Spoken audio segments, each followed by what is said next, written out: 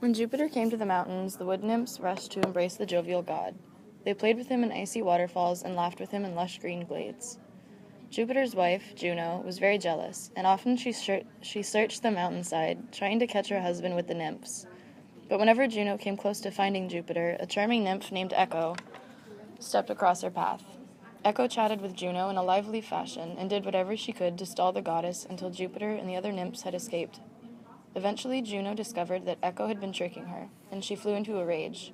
"Your tongue has made a fool of me," she shouted at Echo. "Henceforth, your voice will be more brief, my dear. You will always have the last word, but never the first." From that day on, poor Echo could only repeat the last words of what others said. One day, Echo spied a golden-haired young hunting deer in the woods. The boy's name was Narcissus, and he was the most beautiful young man in the forest. All who looked upon Narcissus fell in love with him immediately. But he would have nothing to do with anyone, for he was very conceited. When Echo first laid eyes on Narcissus, her heart burned like the flame of a torch. She secretly followed him through the woods, loving him more with each step. She got closer and closer, until finally Narcissus heard the leaves rustling. He whirled around and cried out, "Who's here?" From behind a tree, Echo repeated his last word, "Here." Narcissus looked about in wonder. "Who are you? Come to me," he said. "Come to me," said Echo. Narcissus searched the woods, but could not find the nymph. "Stop hiding. Let us meet," he shouted. "Let us meet," Echo cried. Then she stepped from behind the tree and rushed to embrace Narcissus. But the youth panicked when the nymph flung her arms around his neck. He pushed her away and shouted, "Leave me alone. I'd rather die than let you love me." "Love me," was all poor Echo could say as she watched Narcissus run from her through the woods. "Love me, love me, love me." Humiliated and filled with sorrow, Echo wandered the mountains until she found a lonely cave to live in. Meanwhile, Narcissus hunted in the woods, tending only to himself, until one day he discovered a hidden pool of water. The pool had a silvery smooth surface. No shepherds had even ever disturbed its waters. No goats or cattle, no birds or fallen leaves. Only the sun danced upon the still pool. Tired and hunting and eager to quench his thirst, Narcissus lay on his stomach and leaned over the water. But when he looked at the glassy surface, he saw someone staring back at him. Narcissus was spellbound.